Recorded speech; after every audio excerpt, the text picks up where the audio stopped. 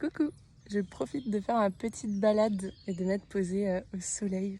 C'est tellement bien. Pour vous raconter un petit truc.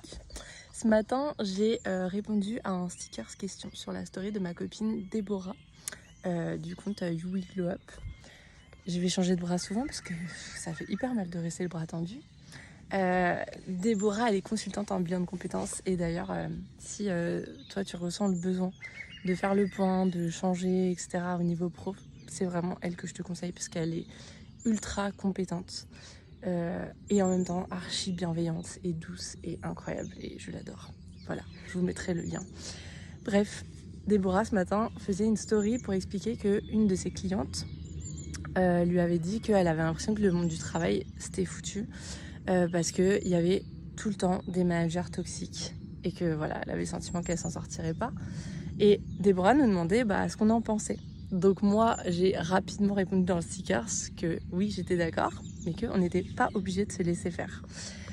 Et ça m'a fait penser à une personne avec qui j'ai discuté il y a pas longtemps en rendez-vous également, qui me disait que voilà, elle avait enchaîné pas mal d'expériences professionnelles et qu'à chaque fois ça s'était hyper mal passé parce que on ne la respectait pas, on lui demandait toujours plus, ça allait jamais, il y avait toujours des reproches, toujours des choses, et vraiment spécifiquement avec elle. Et elle faisait le constat finalement que, finalement, est-ce que c'était pas elle qui dégageait quelque chose, qui donnait un peu l'autorisation à ce qu'on la traite différemment, à ce qu'on la respecte moins, etc. Et en fait, je suis d'accord avec elle. Parce que c'est vrai qu'on voit qu'il y a beaucoup de toxicité dans les entreprises, dans les styles de management, etc. Mais ça s'applique jamais à tout le monde.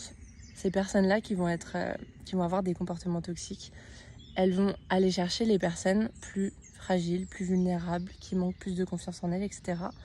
Et la personne avec qui je discutais me disait « Pourtant, j'ai travaillé sur moi pour essayer de m'affirmer, la communication non violente, etc. Mais en fait, c'était pas assez ferme. » Et il y avait vraiment cette différence aussi entre dire non, là c'est pas cool, etc. Et sa façon d'agir et sa façon d'être. Et moi, c'est ce que je dis tout le temps également aux femmes que j'accompagne qui vivent des relations toxiques, etc. C'est de faire attention plus aux attitudes et aux actes que aux mots, parce que ça compte plus. Et effectivement, la personne avec qui je discutais dans le rendez-vous, elle avait beau dire non, je suis pas d'accord, non, ça me va pas. Finalement, elle le disait avec très peu d'assurance et puis finalement, elle laissait faire à chaque fois.